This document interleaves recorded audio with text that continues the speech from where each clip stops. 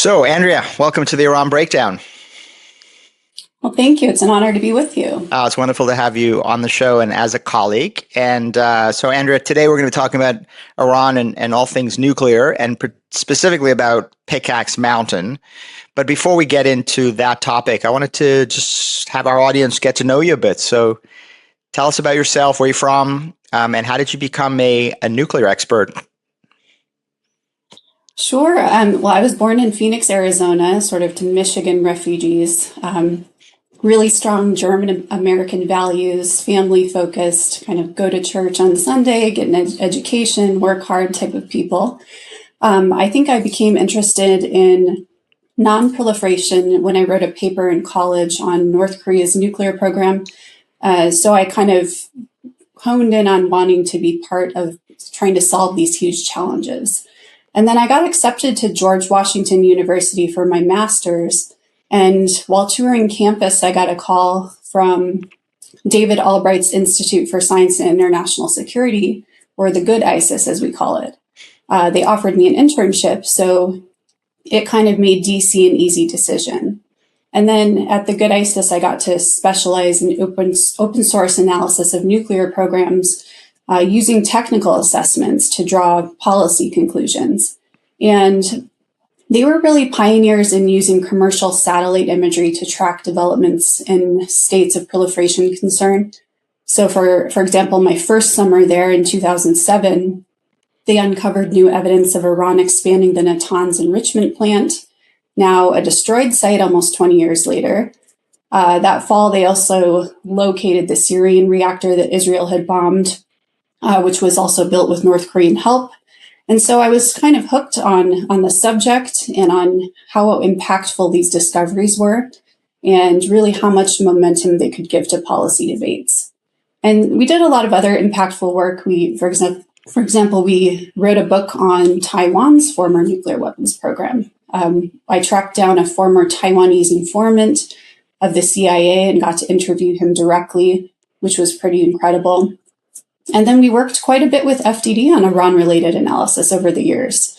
We analyzed the documents from Iran's nuclear archive, which was seized by Israel in 2018, and really detailed Iran's pre-2004 nuclear weapons program.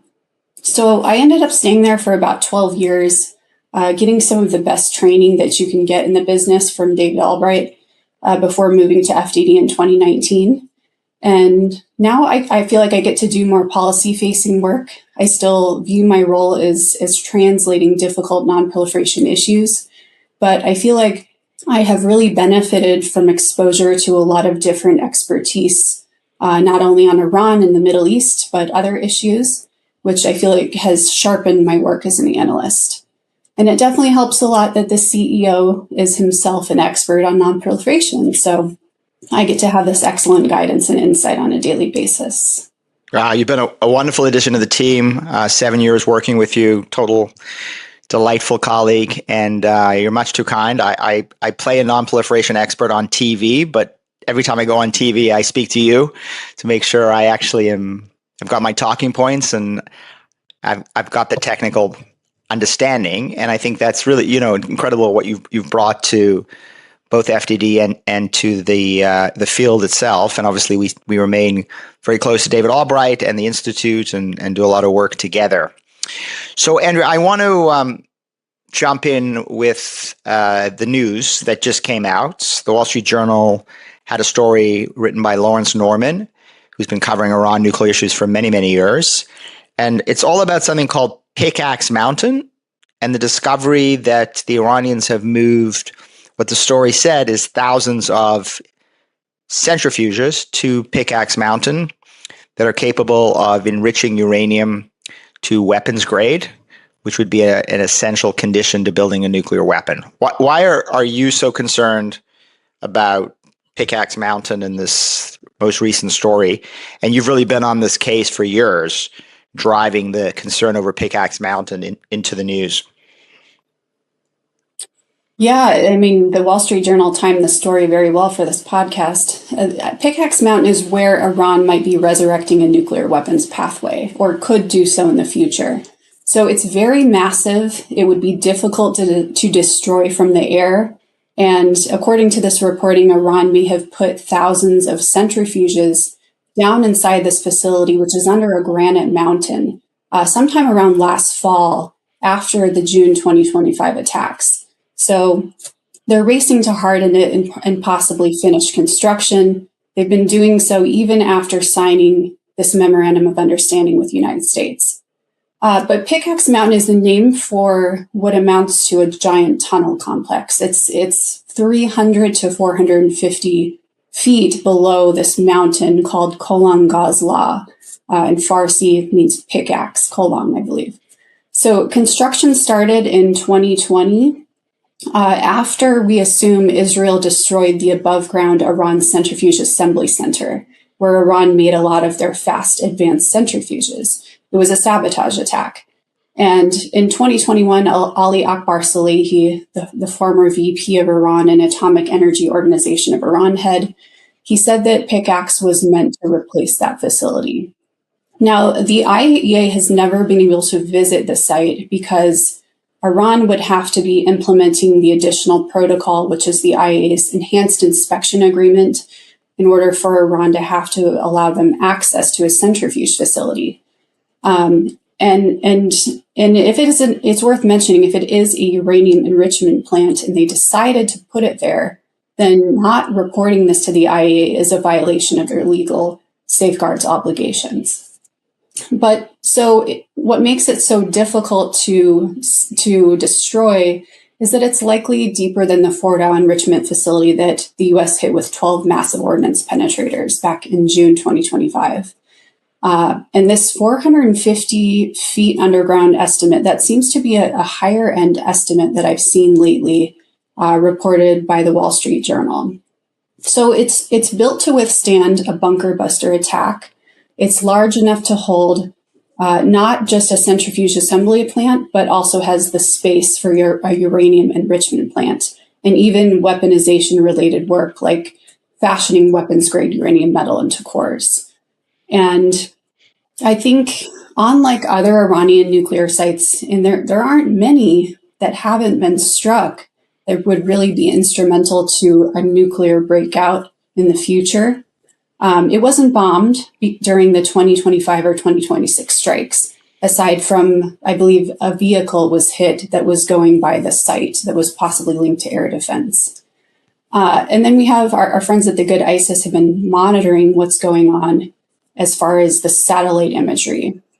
They see that there are two sets of tunnel entrances at Pickaxe. There's an eastern set and a western set, and then a separate smaller complex built in 2007. But what they've been doing is actively reinforcing some of the tunnel entrances. So they've been pouring concrete and adding reinforcement, also moving heavy construction equipment around the site. We've seen cement trucks. So it looks like they were hardening it against a possible future strike.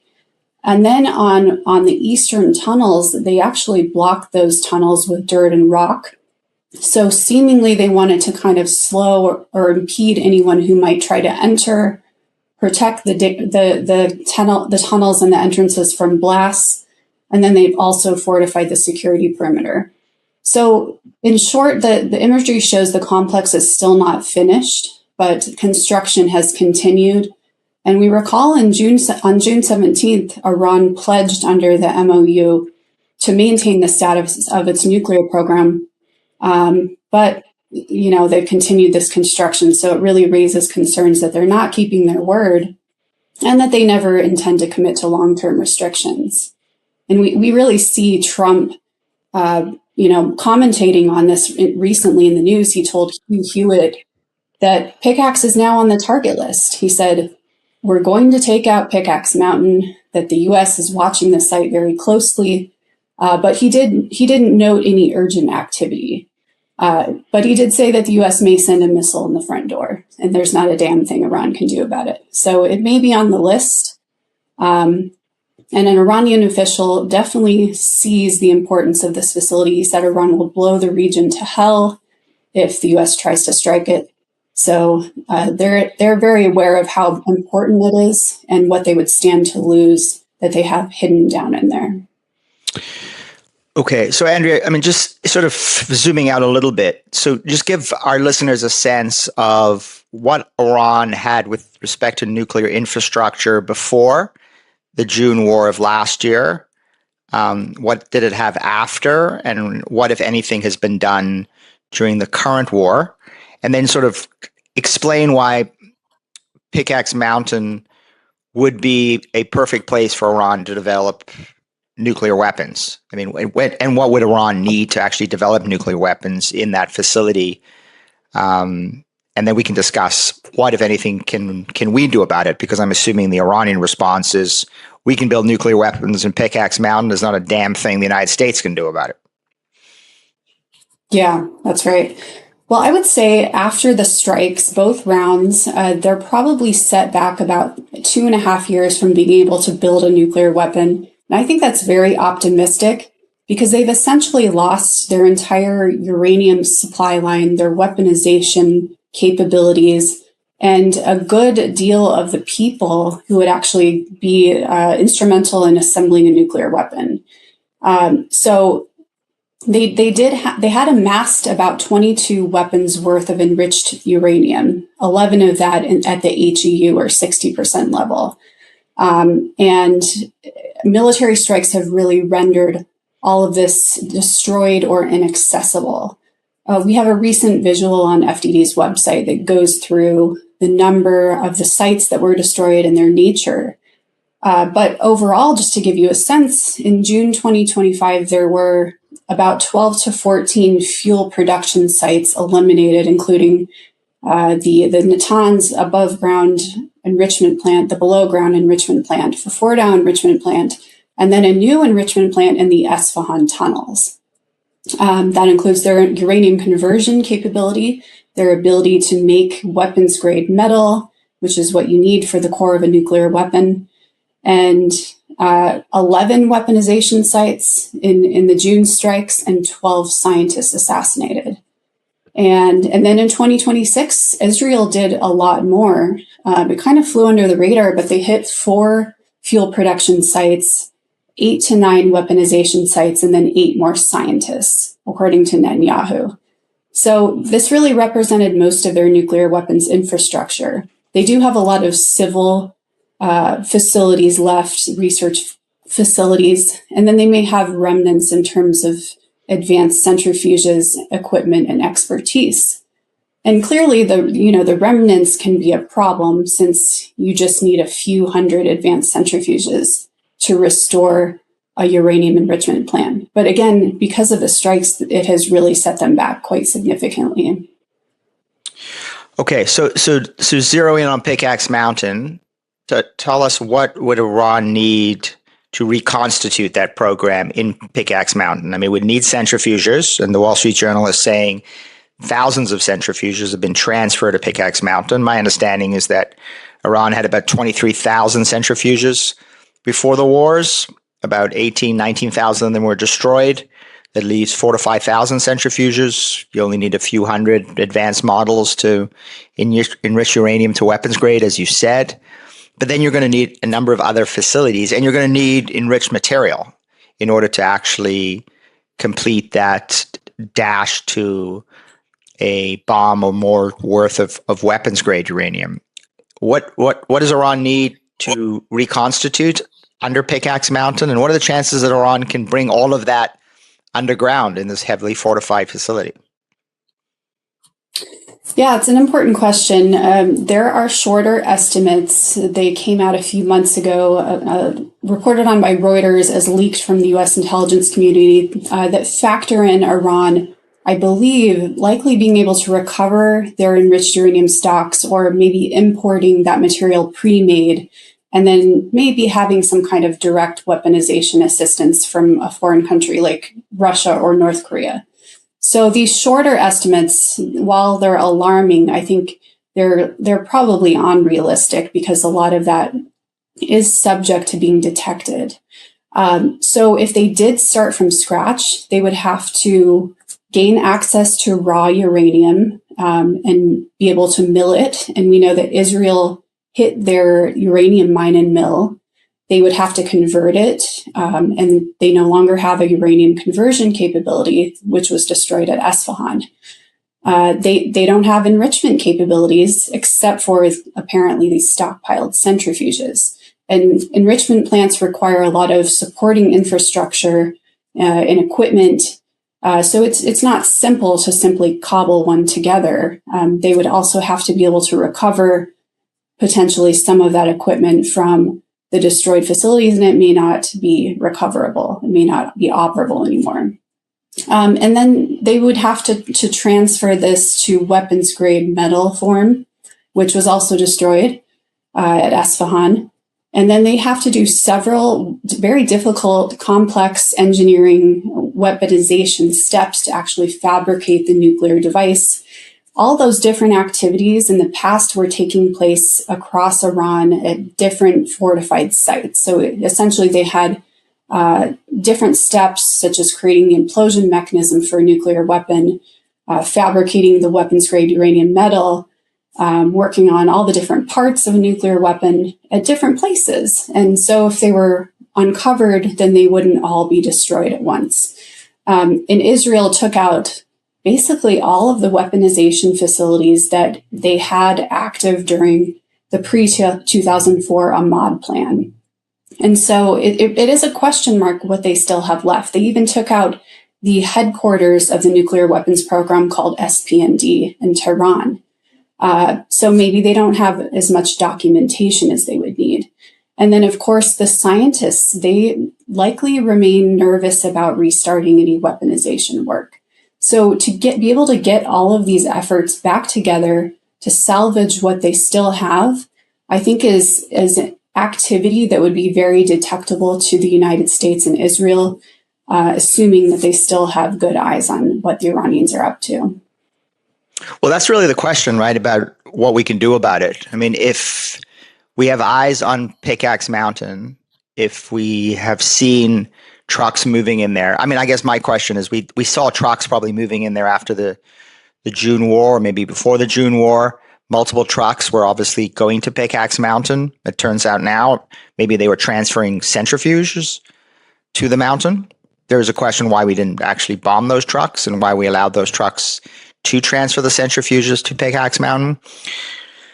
And then in addition, they would have to move enriched material there, uranium metal facilities, conversion facilities. They would have to have nuclear scientists working there, weapons scientists working there, right? If they were going to actually locate all of their equipment and expertise in one place, presumably we would see it. And I hope the United States and Israel would eliminate it, because it seems if you wait too long and then all of this is buried under Pickaxe Mountain, there is this open question about whether we can actually destroy this facility from the air the way that the U.S. and Israel did Fordo, Natanz, and Isfahan. Yeah, that's right. I think being complacent would be a real mistake. We don't want to let them continue working on the facility or stockpiling whatever remnants of their program that they can there. And we don't want to assume that after Trump leaves office, after Netanyahu leaves office, that their successors will act against this site. And so I think Trump does need to probably take action against it. I think there's a few options for targeting and disabling the site. I know you may have others in mind. The top three that come to mind, I think they could try dropping the massive ordnance penetrators. So they could go for the ventilation shafts like with Fordow. As a second one, I think simply blocking the entrances like they did with missile strikes on the Esfahan tunnels could be effective.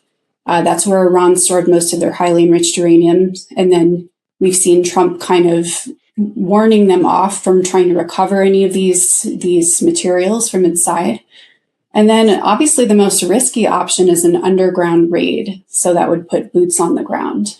But I mean, we can walk through all the options if you'd like.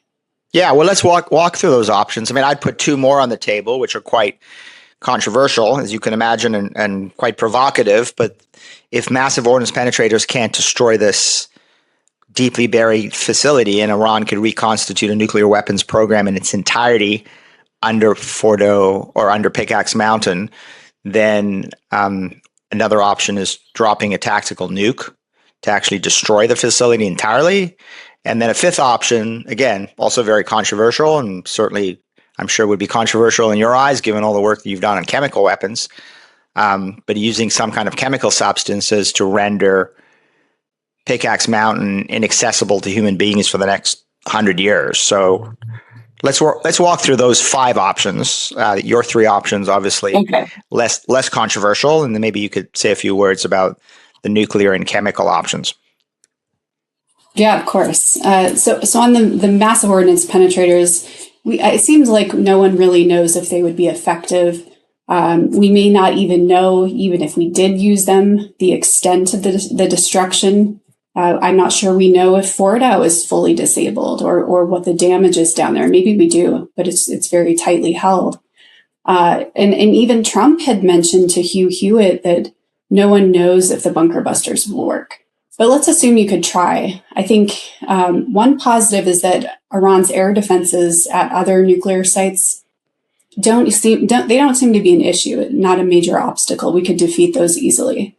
And then ventilation shafts were obviously a vulnerability at Fordow and at another targeted weaponization tunnel facility called Shahid Boroujerdi that was a former Ahmad Plan weaponization site. So maybe those could provide a passageway for the MOPS. One downside is that there are no public schematics of Pickaxe Mountain's internal layout that have surfaced unless the US or Israel have them. So they really may have limited knowledge of where they're hitting and what they're trying to hit as far as the internal structure. On access denial and precision strikes on the entrances, so we have the two tunnel entrances that are hardened with the concrete and earth, but the other two, the western pair, they seem to remain open so far, which could be a point of exposure for precision weapons. And obviously that ventilation infrastructure is a weak point. But so if you do strikes limited just to sealing the tunnel entrances, you may get some shock waves, blast effects that would further destroy the inside of the tunnel complex, essentially cause temporary denial of access, meaning Iran could eventually try to reopen them or rebuild access. And that's, I think, similar to what we saw at the Esfahan tunnels, again, where Iran has most of its HEU. And if you're looking at an indefinite access denial effort, then the president will have to continue warning Iran not to go in, as he's done with Fordo, Natanz, and Esfahan. He said there are Space Force cameras and satellites all over it. If that's all that we can do, that's something that future presidents could sustain, really to prevent Tehran from restoring the site or digging out assets. And that may have to be enough, at least to prevent them from going further or hiding additional equipment in there. So I don't love the idea, but in a world where that regime is still in power, that could have to be enough for now. And so then on the ground forces option, I think realistically that's something that you would only see Trump authorize if he's worried about a significant uptick in Iranian activity. So perhaps a specific or speedy reconstitution effort, maybe moving in nuclear material obtained from abroad, or catching wind of a sensitive plan. I think given the vulnerabilities of US forces conducting a raid with boots on the ground, he's been really hesitant to authorize these types of raids. He hasn't authorized one, for example, to recover the HEU from the Esfahan tunnels, because it would take several days to weeks, basically, to excavate the damaged tunnels. You'd have to fly in all kinds of equipment and WMD hazard material specialists, and then ward off any Iranian fire and troops, and basically leave US personnel very exposed. Maybe it's different if you're going into a facility very quickly for a raid that's not damaged, possibly go down inside, plant bombs on whatever you find, and then get out of there as soon as possible. Maybe it's different. So, maybe we'll find out more in the coming weeks. But he can't rule out a ground operation if needed. And I believe Israel has conducted similar operational planning for underground nuclear site raids based on reports I've seen. And then, of course, as part of access denial, disabling the facility, we could target the power lines, the supply routes for construction and personnel. So those are also weak points that we could try to hit. As far as using a nuclear weapon, I can't condone that, as a nonproliferation person. I think it would violate the NPT and I think would further degrade the treaty. Certainly, I think Trump is very anti-nuclear weapon too. He said on many occasions that he hates nuclear weapons. I believe he had an uncle that told him all about the horrible effects of these weapons. And so I don't think he wants to be the president that would use them again. And then on chemical weapons, also not a great option as far as U.S. standing. We have dismantled our chemical weapons program. We abide by the Chemical Weapons Convention, and we're trying to keep that convention hanging. It's hanging by a thread, essentially, with so many violators. So it would be a very bad precedent for the U.S. to use chemical weapons. And so I would discourage that, but, I guess I can't stop whatever Trump decides to do. Hopefully we don't have stocks of chemical weapons lying around, because that would be a violation. Okay, so 5 options, 3 viable, 2 in your view not. Of course, it's not just a U.S. decision, because it's also an Israeli decision, and there may be a whole set of calculations, different calculations, if there is evidence that Iran is building a nuclear weapon underground, and that there's no other way to stop it. Let's move away from Pickaxe and talk a little bit about what else keeps you up at night with respect to Iran's nuclear program. And obviously, damage done to other enrichment facilities, conversion facilities, uranium metal facilities. They've killed maybe it's a dozen, maybe more nuclear weapons scientists. But when you look across the sort of vast expanse of what was Iran's nuclear program, where else are you concerned? What else should we be watching? What's sort of the next Pickaxe Mountain that people should be concerned about that they may not even have ever heard of? Well, certainly Iran recovering any of their highly enriched uranium remains front and center as a concern. They could try to get access to the Esfahan tunnels. The canisters of HEU are likely probably fine back in the tunnels. They appear to know how to get to it according to news reporting. And so we certainly want the U.S. to be focused on this, not drop the ball there. Including future U.S. presidents who may have to continue to monitor that site. I'd also be worried about Iran, while it may be unlikely, importing weapons-grade uranium from North Korea, for example. We know that North Korea has been willing to provide turnkey nuclear weapons assistance in the past to Syria. And they've been willing to likely help Iran's weaponization program in the past. So those are concerning. Also, we can't rule out that Russia would provide some kind of weaponization assistance in thanks for Iran's help on the Ukraine war and all the drones they've provided. So we do need to be on top of those, monitoring those potential foreign avenues. And then we want to look at anything that Iran is illicitly procuring from abroad in terms of direct or dual use equipment. Something that would signify that they're trying to restore a new centrifuge plant, conversion capabilities, or even imports of raw uranium, for example, from Niger, which has been a concern. We've seen occasional reports that Niger is planning these sales very illicitly to proliferant states. So those are all issues that you'd want to keep an eye on. And then as far as the IAEA's access, that's also really concerning.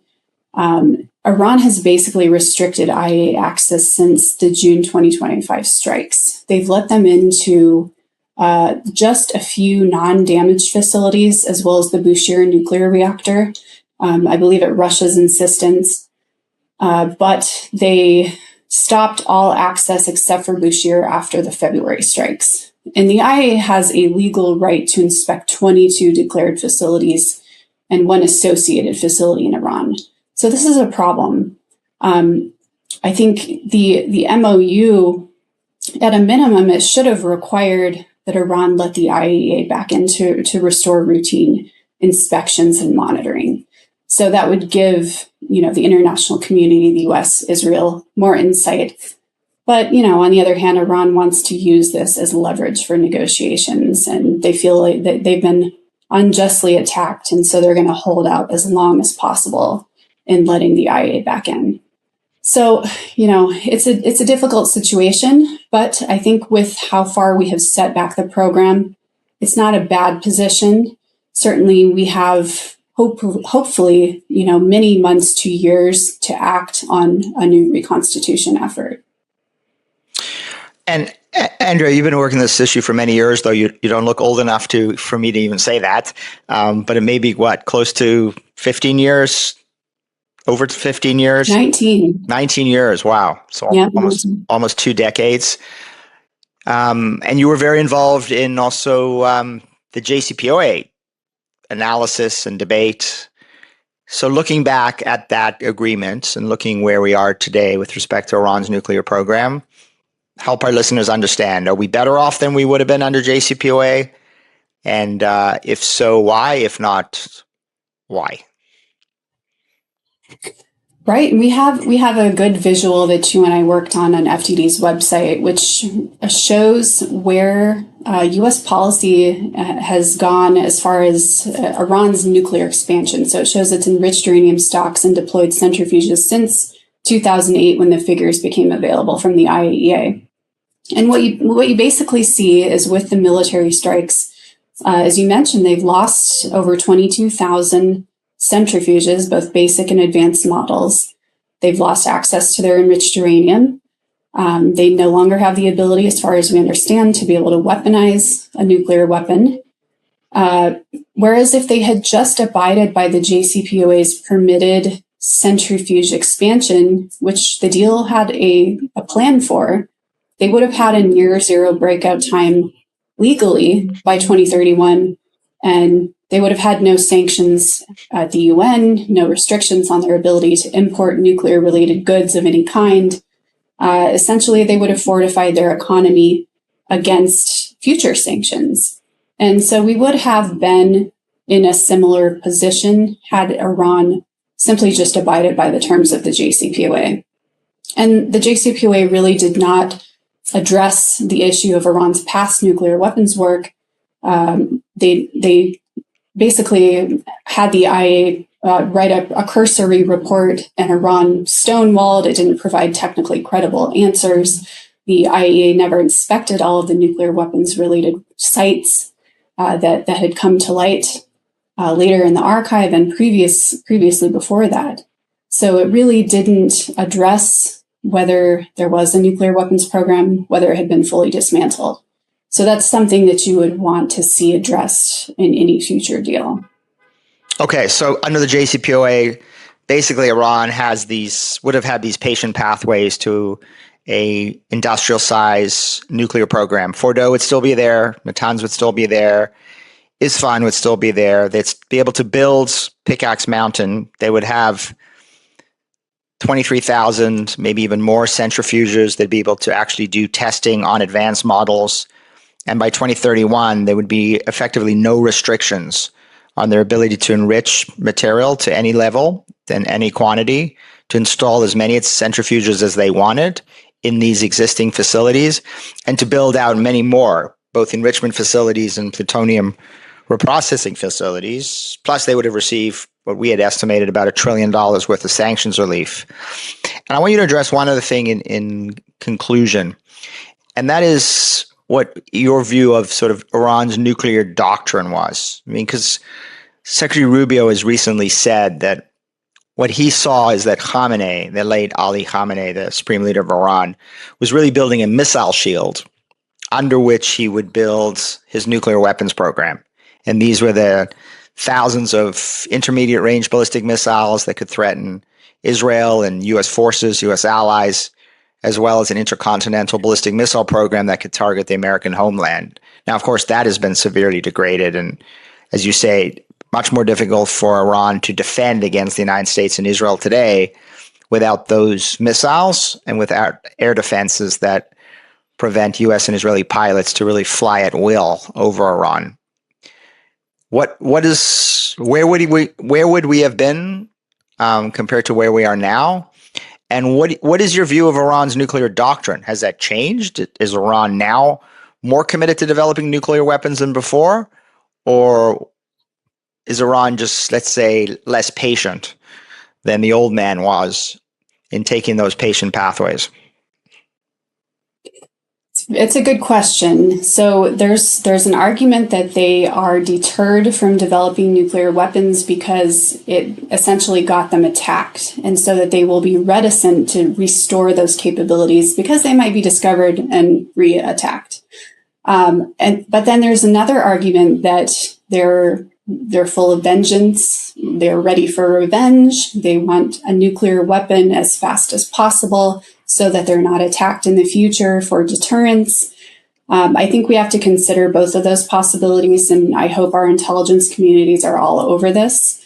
What we want to monitor for, I think, again, is any imports that we see, any conversations about putting things into Pickaxe Mountain, getting any travel abroad to get assistance from Russia, China, even, or North Korea, and sort of cobbling together a crash breakout program.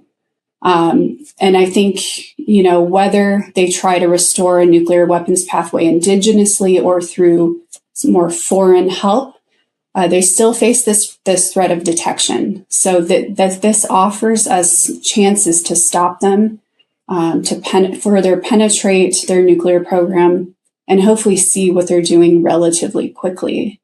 And I think then, this dovetails into the options that you and our colleagues at FDD are recommending to weaken the regime further, to help the Iranian people seek freedom, because there may be no durable or realistic good deal here. There may be no solution diplomatically to the nuclear issue with this regime still in power.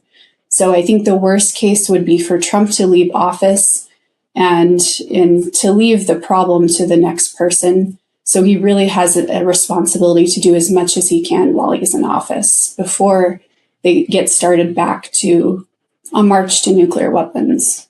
Yeah. At the end of the day, what permanently stops states from building nuclear weapons is regime change, is a change in that state. We saw that in Taiwan. You mentioned that example when Taiwan went from a military government to a democracy. We saw that in South Africa when we went from apartheid to a democracy. We saw that certainly in Libya, where the United States persuaded Gaddafi that it was in his best interest to give up nuclear weapons or he would be bombed. And we certainly saw that in Iraq, where despite not finding evidence of a reconstituted nuclear weapons program in the second Gulf War, we certainly knew that Saddam was engaged before that in the pursuit of nuclear weapons. Iraq today, I don't think we're worried about Iraq developing nuclear weapons anymore. So certainly 4 examples from nonproliferation history that if you change the government, you may change their nuclear doctrine. And I think the only way we're going to stop Iran from developing a nuclear weapon ultimately is to change the regime.